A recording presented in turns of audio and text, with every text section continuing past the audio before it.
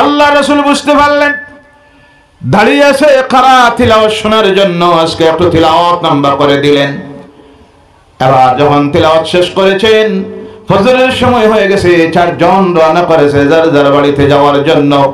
আর রাস্তায় একজন আরেকজনের সঙ্গে যখন সাক্ষাৎ হয়, একজন আরেকজনকে জিজ্ঞাসা করে গত রাতের প্রতিজ্ঞা গেল কোথায়? আবু জেহেল বলে আর বলে লাভ নাই, আর বলে লাভ নাই। আমার ভাতিজা যা তিলাওয়াত করে এটা তার নিজের হাতের লিখিত নয়, এটা নিশ্চয়ই আল্লাহর কালাম, যার কারণে এই তিলাওয়াতের আওয়াজ যখন কানে আসে, লাত এবং উজ্জার কসম করে বলি গড়ে বসে থাকা সম্ভব হয় না। আর সুবহানাল্লাহ, আল্লাহর কালাম। কার কালাম? স্বীকার করেছে আবু জেহেল। আগে লেখক যে সে লিখেছে এটা আল্লাহর কালাম, এটার মতো লেখা সম্ভব নয়। এখন প্রশ্ন আসতে পারে, আধুনিক বিজ্ঞানের যুগ, বিশ্ব চলতেছে কম্পিউটারের মাধ্যমে, ইন্টারনেট, স্যাটেলাইট, ফেসবুক এর মাধ্যমে, ল্যাপটপের মাধ্যমে চলতেছে। সেই সময় পারে নাই, আজকে পারবে। কি বলেন আপনারা? পারবো? কম্পিউটার ওরা বিশ্বকে পরিচালিত করতেছে। এর উত্তর কম্পিউটার দিয়েছে, বিশ্ব মানুষ অবাক হয়ে গেছে। বল সুবহানাল্লাহ। কম্পিউটারের মধ্যে কোরআনুল কারীমের সব বায়োডাটা দেওয়া হলো, দিয়ে বলা হলো কম্পিউটার তুমি এই কোরআনের ছোট্ট থেকে ছোট্ট একটা আয়াতের মতো একটা আয়াত তৈরি করো।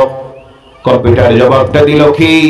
কম্পিউটার জবাব দিল, এই পৃথিবীর মানুষ লক্ষ বিলিয়ন বিলিয়ন মানুষ যারা আছো, এই মানুষ যদি হাজার হাজার লক্ষ বছর চেষ্টা করো, এরা যদি মরে যায়, আরেকটা প্রজন্ম যদি চলে আসে, লক্ষ কোটি বিলিয়ন মিলিয়ন বছর যদি তারা চেষ্টা চালায়, এরাও চলে যাবে। এইভাবে লক্ষ কোটি বিলিয়ন মিলিয়ন বছর যাইতে থাকবে আর আসতে থাকবে, কিন্তু এই কিতাবের একটা আয়াতের মতো আয়াত কোনো কালে বানানি সম্ভব হবে না। এটা কার কালাম? সুবহানাল্লাহ, সুবহানাল্লাহ। আর বেশি প্রমাণ দেওয়ার দরকার নাই। এই কোরআনের আকর্ষণে মানুষ আল্লাহর দ্বীন গ্রহণ করেছে আর আজও করতেছে। তার একটা মাত্র প্রমাণ, মক্কায় সেই সময় হজের মৌসুম এসেছে, সব সময় মক্কায় হজ হইতো, বিভিন্ন সিস্টেমে তারা করতো। উলঙ্গ হয়ে নারী পুরুষেরা, নাফরমানেরা আল্লাহর ঘরের চতুর্দিকে ঘুরতো, তওয়াফ করতো। বলে নাউযুবিল্লাহি মিন যালিক। মিনার ময়দানে গিয়ে জন্তু জবে করে তার রক্ত গায়ে মাখতো, আর এটাকে তারা সওয়াবের কাজ মনে করতো। নাউযুবিল্লাহ বলেন। এখনকার গলি তারা এখন এই জন্তুর রক্ত লাগায় না, তারা রং লাগায়। কি লাগায়? একটা আরেকটার গায়ে রং লাগায়, আর এটা সওয়াবের কাজ মনে করে। সেই সময় থেকে তাদের এই প্রথাটা ছিল। আল্লাহ রাসূল যখন দেখলেন মক্কায় দলে দলে মানুষ আসতেছে, এই মানুষগুলির কাছে এই সুযোগ হলো আল্লাহ দ্বীনের দাওয়াত পৌঁছাইয়া দেওয়ার। আবু জেহেল দেখলো সমস্যা হয়ে যাবে, মানুষগুলি যদি আমার বাতিজার কিনারায় চলে যায়, আর এই বাতিজার চেহারার সৌন্দর্যতা দেখে, গলার আওয়াজ শুনে, আর সুন্দর সুন্দর কথাগুলি শুনে মুহাম্মদের প্রচারিত দ্বীন ইসলাম গ্রহণ করে নিবে। সুবহানাল্লাহ। তাই করল কি?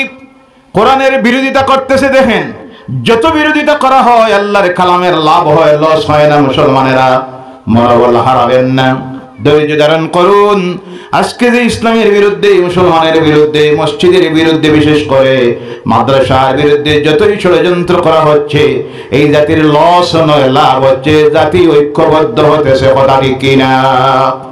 জি ভাইয়েরা আমার, এবার আবু জেহেল মক্কার সব রাস্তায় রাস্তায় থিমাতায় চৌমাথায় এক একজন মানুষ দাঁড় করিয়ে দিল, আর দিয়ে বলল জানাইয়া দিবা যারা যারা আসতেছে যে জায়গার থেকে, বলবা মক্কায় একজন পাগল ভাই রয়েছে, জাদুকর ভাই রয়েছে, এর কিনারে কেউ যাইও না। নাউযুবিল্লাহ বললেন না? দেখেন আল্লাহর কি হিকমত। আল্লাহ দেখলেন আমার নবী একা গিয়ে দাওয়াত পৌঁছাইতে পারবেন না, এই দাওয়াতের কাজটা সমঝাইয়া দিয়ে আবু জেহেল দে। সুবহানাল্লাহ বলেন। সুবহানাল্লাহ, সুবহানাল্লাহ। সবচেয়ে বড় ইসলামের দুশমনটা আল্লাহ সমঝাইয়া দিল তার দ্বীনের দাওয়াত দেওয়ার কাজ। সুবহানাল্লাহ বলেন। আল্লাহ যখন চায় তার দ্বীনের খেদমত করানির, এক এক নাফরমান দিয়েও কাজ করাইতে পারেনি না। না, এর প্রমাণ আল্লাহ দিল।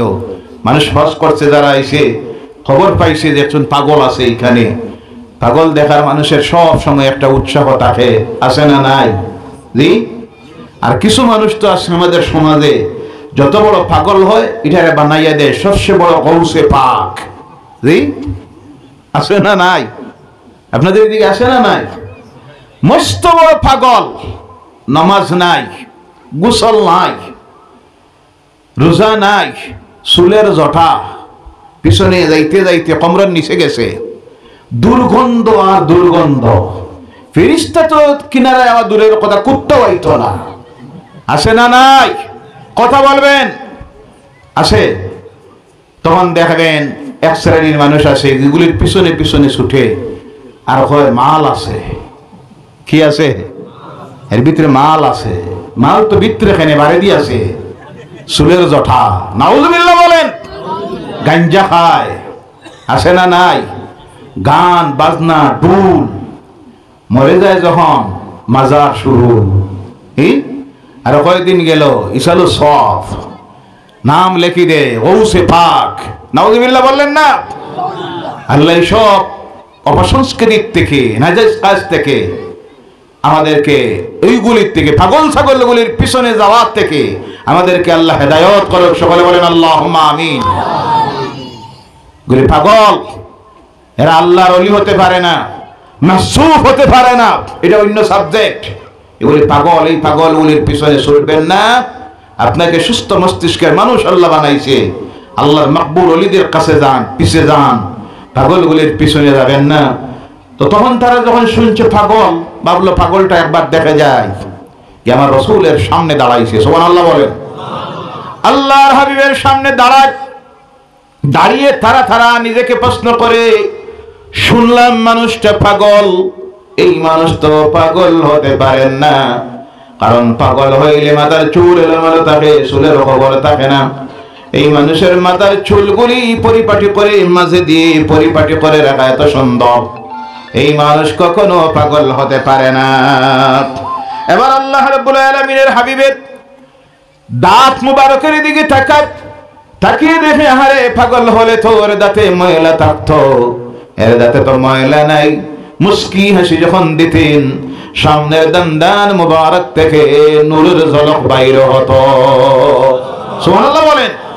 মা আয়েশা বলছেন, আমি যখন রাত্রিতে কোনো সময় সুই হারাইয়া যাইতাম, ঘরে বাতি জ্বালানোর মতো কোনো ব্যবস্থা নাই, অভাবের কারণে আমি আল্লাহ রসুলকে বলতাম আপনি একটা মুস্কি হাসি দেন, আর আল্লাহ রসুল মুস্কি হাসি দিতেন, আর দাঁতের নূরের ঝলকে আমি আমার হারানো সুইটাকে খুঁজাইয়া পাইতাম। সুবহানাল্লাহ বলেন। সেই ছিল আমার নবীর দাঁত মুবারক, চুল মুবারক।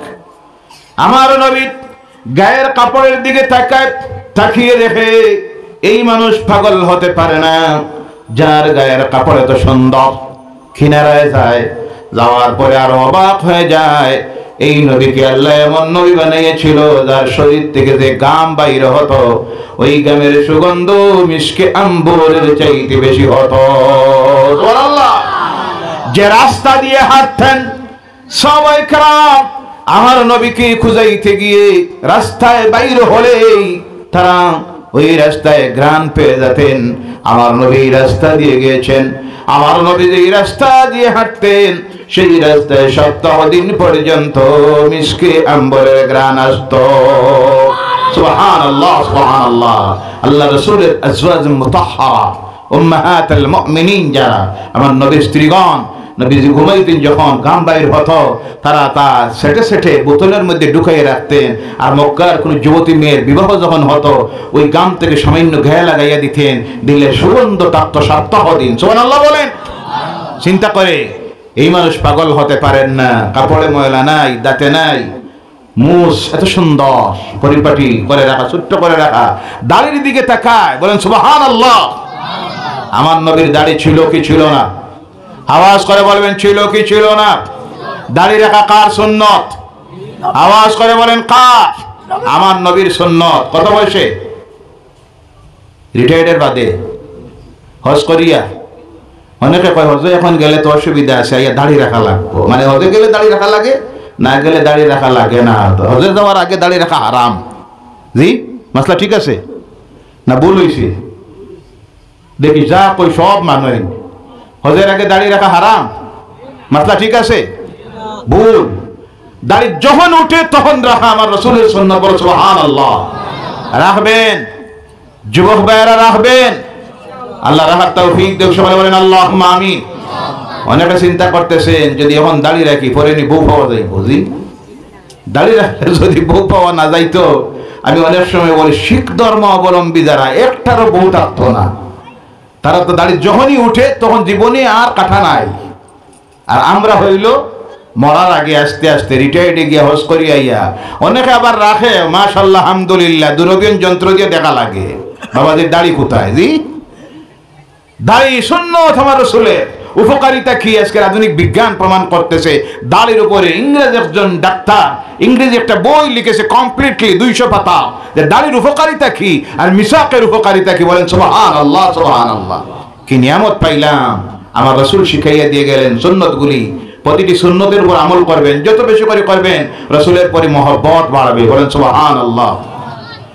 এবার আমার নবীর দাড়ির দিকে তাকায়, চিন্তা করে এই মানুষ পাগল হতে পারেন না, এত সুন্দর দাড়ি, এত সুন্দর দাঁত, হাতের নখের দিকে তাকায় এত সুন্দর নখগুলি। আজকে আফসোস লাগে এই নবীর উম্মতের দাবি করি, কিন্তু অনেক মুসলমান আছে যাদের গায়ের দুর্গন্ধে নামাজে কেউ দাঁড়াইতে পারে না। আছে না নাই? সবচেয়ে বেশি দেখা যায় অপরিষ্কার অপরিচ্ছন্ন যারা, যা কিছু সব আমাদের মধ্যে। অনেক সময় মনে হয় ট্রেনে, ফ্লাইটে, গাড়িতে অন্য ধর্মের মানুষ আমার সমাজের মানুষ দেখলে নফরত করে। গায়ে ময়লা, কাপড়ে ময়লা, দাঁতে ময়লা, নৌকের খবর নাই, চুলের খবর নাই। আর কোনোটা তো এমন আছে মুসলমানের বাচ্চা, চুলের দিকে চাইলে বোঝা যায় না এটা মানুষের বাচ্চা না গুলার বাচ্চা। আছে না নাই? আল্লাহ এদেরকে হেদায়েত করুক। সকলে বলেন আল্লাহুম্মা আমিন। আর রাসূল বলেন আল্লাহুম্মা আমিন। আমার নবীর দিকে তাকায় আর চিন্তা করে এই মানুষ পাগল নয়।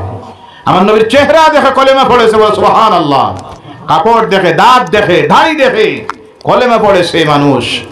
এবার চিন্তা করে শুনলাম নতুন নতুন কথা বলেন। কি কথা বলেন একটা বার শুনে দেখি। সেই দিন আল্লাহর কালাম কোরআনুল কারীমের অলংকার যে সূরাকে বলা হয়েছে, এই সূরা আল্লাহ পাক নাযিল করেছেন, যেই সূরার নাম হলো সূরা রহমান। কোন সূরা? আওয়াজ করে বলেন কোন সূরা?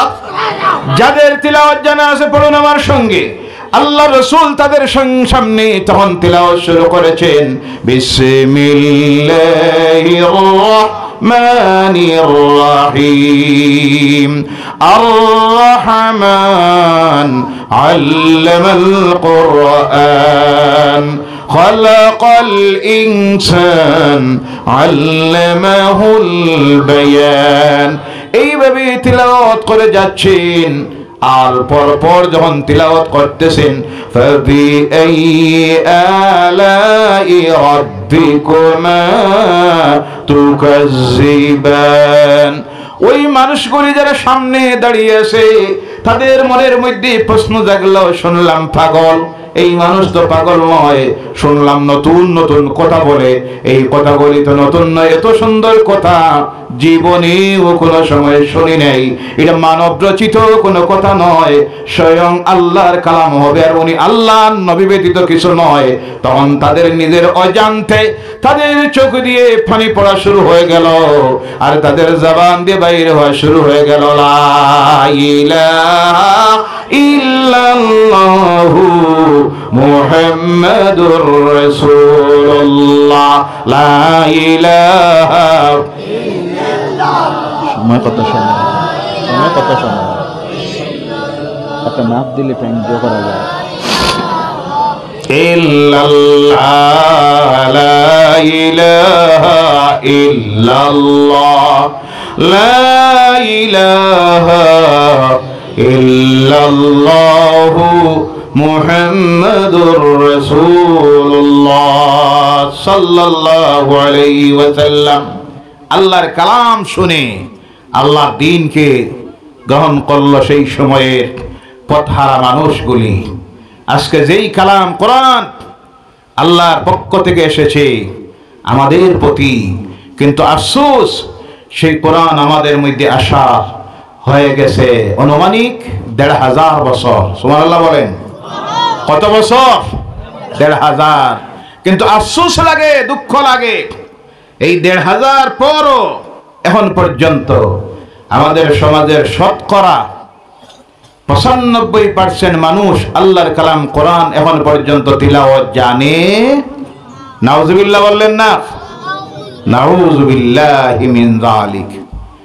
যে মানুষ কোরআন পড়া জানে না, কোরআনের অর্থ তো জানা কল্পনাও করা যায় না। যারা জানে 5%, আলিম ওলামা হাফাজ যারা, তারা বাদ দিয়া বাকি যারা জানেন তারা এর মধ্যে 3% যাদের তিলাওয়াত ভুল। বাকি আরো আছেন যারা তারা তিলাওয়াত করেন না।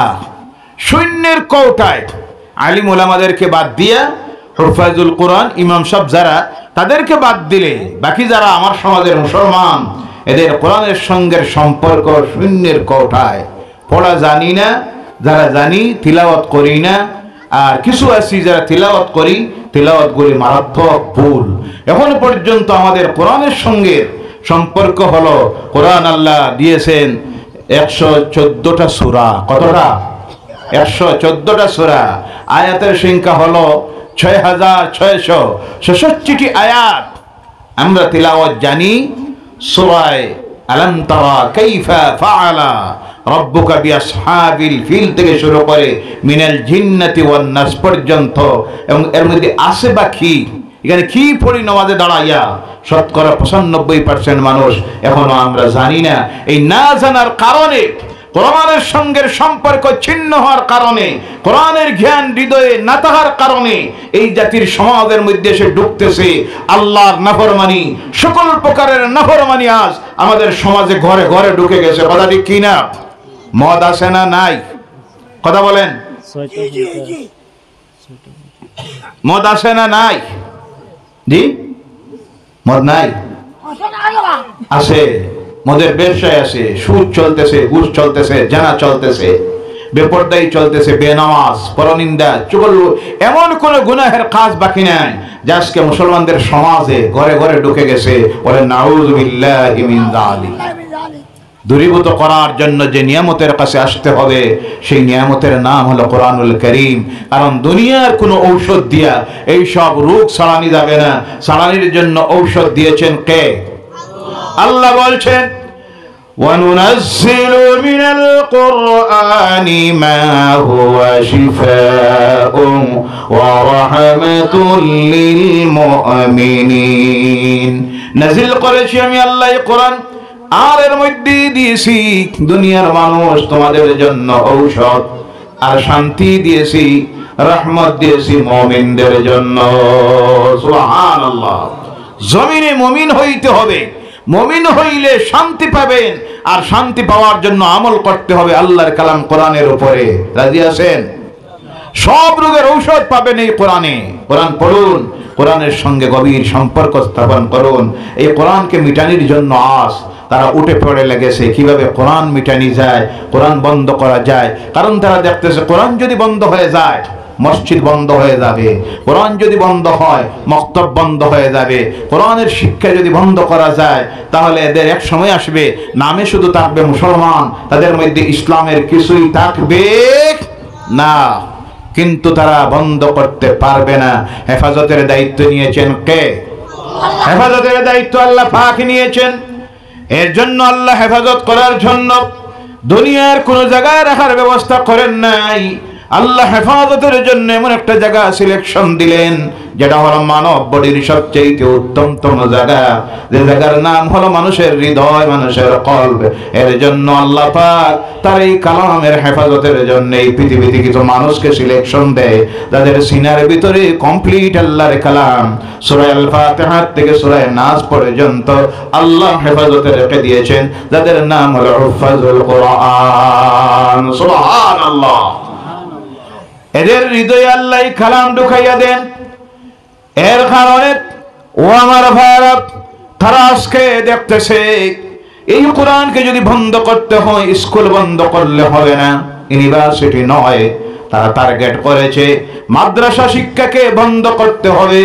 আর করার জন্য 1 নম্বরে আমার এই দেশে বিশেষ করে আমাদের এই রাজ্যে তারা বন্ধ করে দিয়েছে সরকারি মাদ্রাসা। আছে জি কথা বলেন না আছে? 2 নম্বরে হন পায়তারা করতেছে কওমি বেসরকারি মাদ্রাসাগুলিকে বন্ধ করার পায়তারা করতেছে।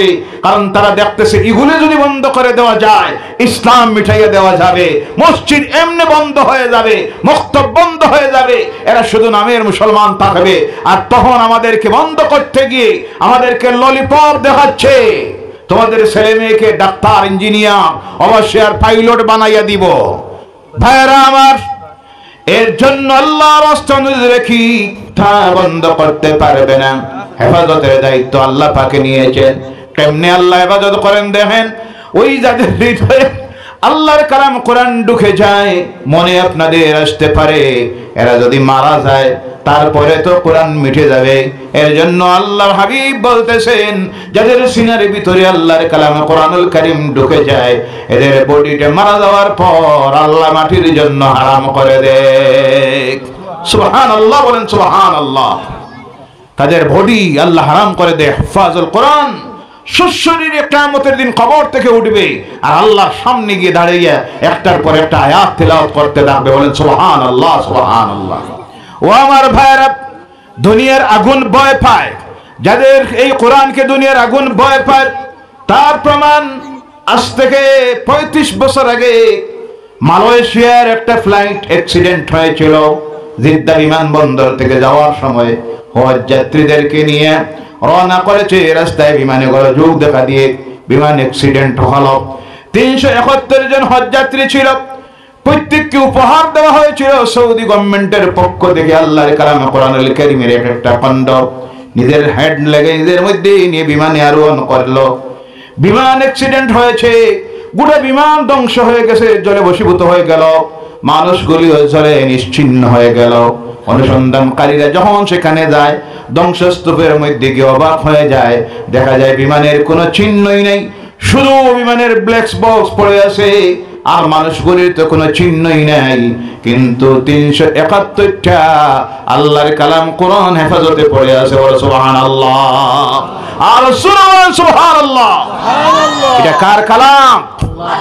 হেফাজত আল্লাহ করবেন, কিন্তু ব্যবস্থা নিতে হবে আমরা। কথা ঠিক কিনা? আজকে সরকারি মাদ্রাসা শেষ, একমাত্র এই দেশে কোরআনকে যদি বাঁচাইয়া রাখতে হয় এই রাজ্যে একমাত্র হলো খারিজিয়া কওমি মাদ্রাসা, হাফিজিয়া মাদ্রাসাগুলি। কথা বোঝা যাক, এই সময়ের জাতির জন্য 1 নম্বরের জিহাদ হলো ঈমান বাঁচানি, ইসলাম বাঁচানি, মসজিদ বাঁচানি।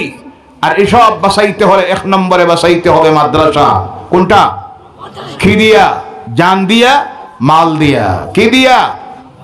জান দিয়ে, মাল দিয়ে। এর জন্য আল্লাহ বলছেন ইয়া আইয়ুহাল্লাযীনা আমানু হাল আদুল্লুকুম আলা তিজারাতিন তুনজিকুম মিন আযাবিন আলীম تؤمنون بالله ورسوله وتجاهدون في سبيل الله بأموالكم وأنفسكم ذلكم خير لكم إن كنتم تعلمون الله أكبر। হে ঈমানদারেরা, ঈমানদারকে আল্লাহ বলছেন ইয়া আইয়ুহান নাস বলেন নাই, গোটা পৃথিবীর মানুষকে উদ্দেশ্য করে আল্লাহ বলেন নাই। আল্লাহ বলছেন ইয়া আইয়ুহাল্লাযীনা আমানু, হে ঈমানদারেরা, তোমাদেরকে এমন একটা ব্যবসা আমি শিখাইয়ে দিব নাকি, এমন একটা ব্যবসা শিখাইয়ে দিব যে ব্যবসায় জাহান্নামের কঠিন আযাব থেকে তোমরা মুক্তি পাবে, নাজাত পাবে। আমরা কঠিন আযাব থেকে জাহান্নামের নাজাত চাই কি চাই না? কারা কারা চান একবার হাত উঠান আর আবার জোরে বলেন নারায়ে তাকবীর, নারায়ে তাকবীর। আল্লাহ জাহান্নামের কঠিন আযাব থেকে আমরা বাঁচতে চাই। আল্লাহ বলছেন তাহলে একটা ব্যবসা শিখাইয়ে দিতে যে শোনো, জাহান্নামের কঠিন আযাব থেকে যদি বাঁচতে হয় 1 নম্বরে ঈমান আনতে হবে আল্লাহর উপরে, তার রাসূলের উপরে। আর 2 নম্বরে আল্লাহর রাস্তায় সংগ্রাম করতে হবে, জিহাদ করতে হবে। করতে গিয়ে তোমাদের নিজের জান এবং মাল দিয়ে যদি আল্লাহর রাস্তায় সংগ্রাম করতে পারো, তাহলে এই কঠিন জাহান্নামের আযাব থেকে তোমরা নাজাত পেয়ে যাবে। এটা তোমাদের জন্য উত্তম যদি তোমরা জানতে। ও আমার ভাইরা, জিহাদ করতে হবে আল্লাহ বলছেন। মনে মনে অনেকের আসতেছে জিহাদ কি, হোয়াট ইজ দ্য জিহাদ? জিহাদ কি?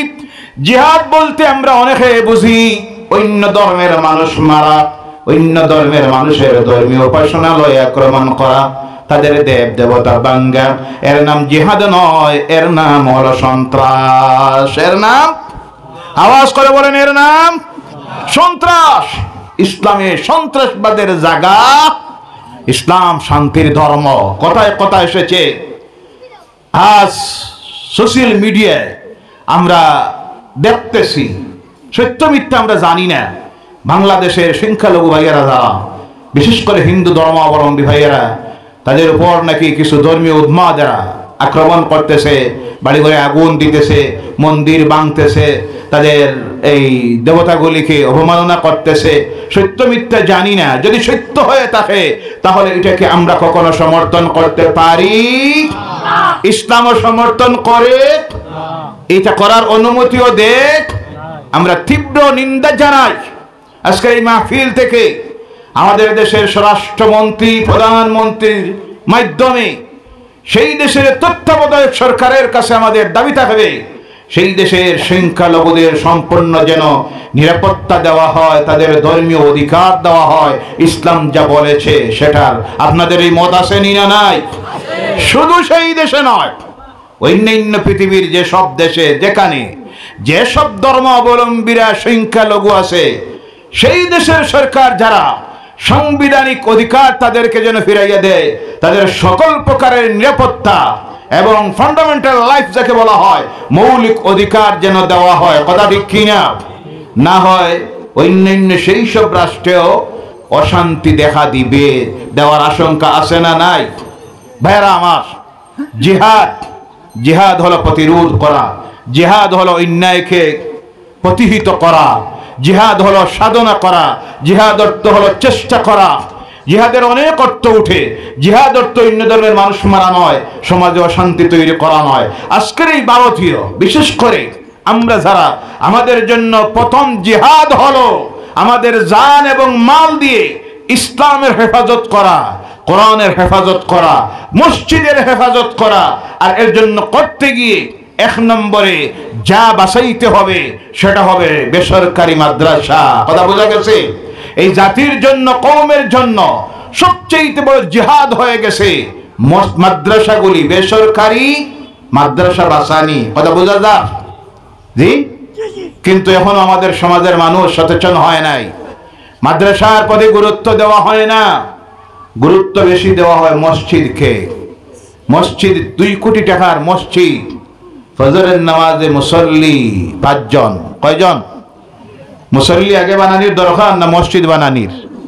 কথা বলবেন। মুসল্লি আগে না মসজিদ আগে? মুসল্লা আগে না মুসল্লি আগে?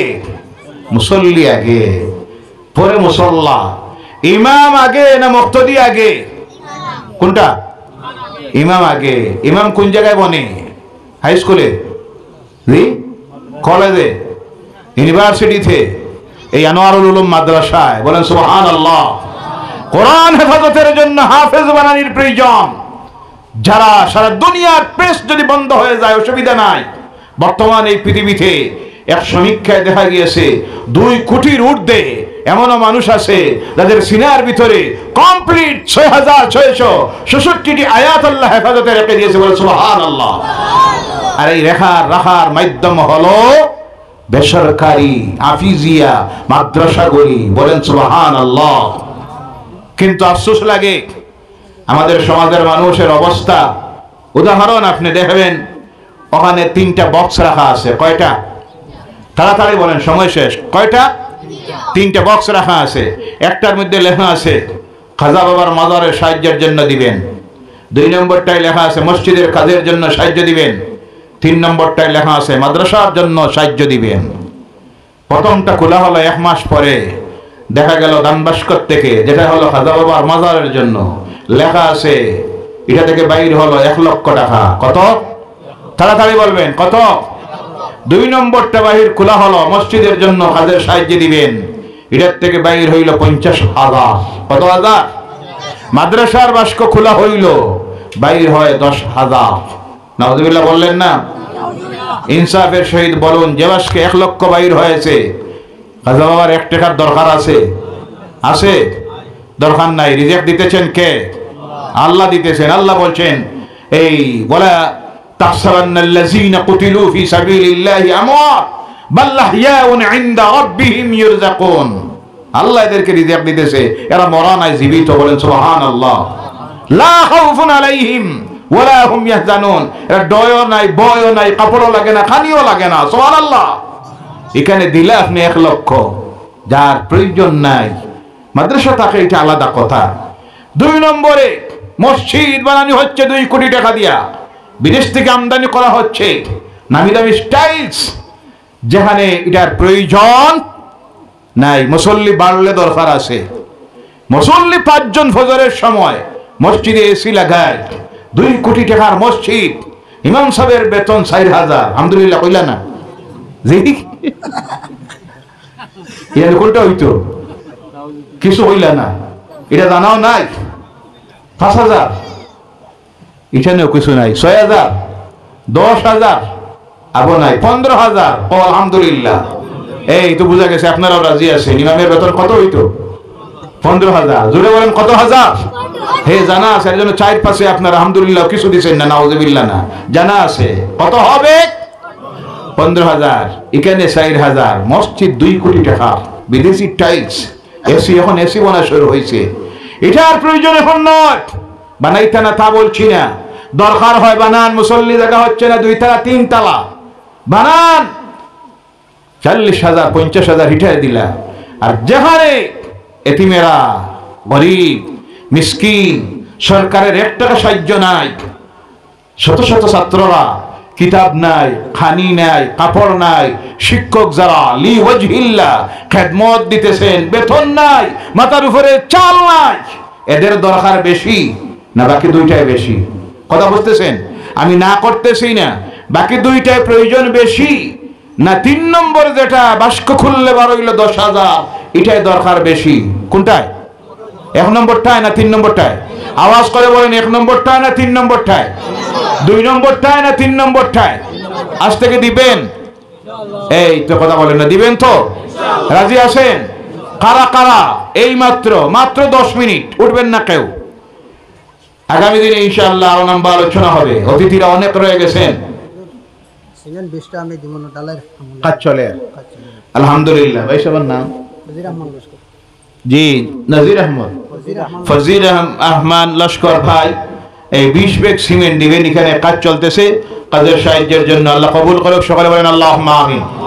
নারায়ে তাকবীর, আল্লাহু আকবার। আমি বলতে পারি না, এটা আমার জানা নাই। সকলের জন্য মুনাজাত হবে বা জামাত মুনাজাত হবে। সামান্য সময়ের ভিতর আরো কিছু ভাইয়েরা 5,000 10,000 করে আল্লাহর কালামের এই খেদমতের প্রতিষ্ঠানের জন্য দেন। সময়টা বড় কঠিন। আজকে এমন এক অবস্থার মধ্যে আমরা আছি, চ্যালেঞ্জ আর চ্যালেঞ্জ প্রতি মুহূর্তে আসতেছে।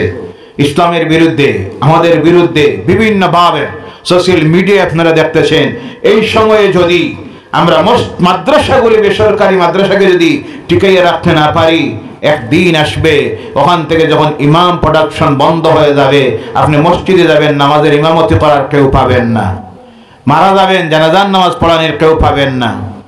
মক্তবে আপনি শিক্ষক রাখবেন, পাওয়া যাবে না। বর্তমানে তো অভাব দেখা দিয়েছে। অনেক আছেন যারা আলিম ওলামারা মওলানা হওয়ার পর ইমামতি করতে রাজি হয় না, মক্তবে চাকরি করতে রাজি হয় না, 5-7 বেতন, তারা অন্য পেশায় চলে যায়। এই অবস্থা এখন ক্রাইসিস দেখা দিয়েছে।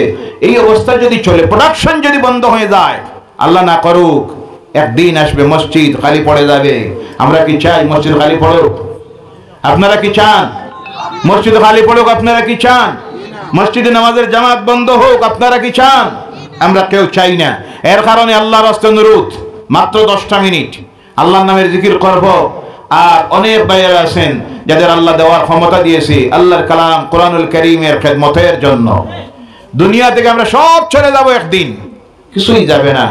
সব পড়ে থাকবে, বাড়ি গাড়ি বিল্ডিং ফ্ল্যাট সব। আজকে রাত্রিতে ঘরে গিয়া একটাবার অনুমান করে দেখবেন, চোখ বন্ধ করে হাত পা লম্বা করে দিয়া শুয়ে রইবেন আর মনে মনে ভাববেন যে আমি মরে গেছি। তখন চিন্তা করবেন আমি যদি এই মুহূর্তে মরে যাই, কাল সকালে আমার অবস্থাটা হবে কি? ফজরের নামাজে মসজিদের মাইকে জানাইয়া দেওয়া হবে, অমুক হাজী সাহেব বা অমুক মাস্টার সাহেব বা অমুক ব্যবসায়ী সাহেব গত রাত্রি 10টার সময় ইন্তেকাল করেছেন, ওনার জানাজার নামাজ আজকে জোহরের নামাজের পর অনুষ্ঠিত হবে। সকাল হইলে টেলিফোন, আত্মীয় স্বজন সব আসবেন। আসার পরে প্রথম সিদ্ধান্ত নেওয়া হবে জানাজা কয়টায়? ওই জোহরের নামাজের পর। 2-4 জন যাও কাফনের ব্যবস্থা করো, 4-5 জন যাও কবরের ব্যবস্থা করো, দেরি করিও না। কি বলা হবে? দেরি করিও না, তাড়াতাড়ি করো, ভালো তাড়াতাড়ি করো। জোহরের নামাজ হবে, লাশ নিয়ে সামনে রাখা হবে, জানাজার নামাজ হবে। আপনাকে আমাকে, আপনার আমার ছেলে ভাই বন্ধু আত্মীয় স্বজন সব নিয়ে রাখবে যে জায়গায়, সেখানে কোনো সাহায্যকারী একবার অনুমান করে দেখেন। আজকে আসি এই জমিনে, আল্লাহ না করুক প্রত্যেকের হায়াত দেখ, সবাই বলেন আল্লাহুম্মা আমিন। কালকে হতে পারে এই সময়ে আমার জায়গা হবে অন্ধকার কবরের ভিতরে। সেই দিন যদি আমি চাই দেওয়ার জন্য 1 টাকা দিতে পারবো? কথা বলবেন।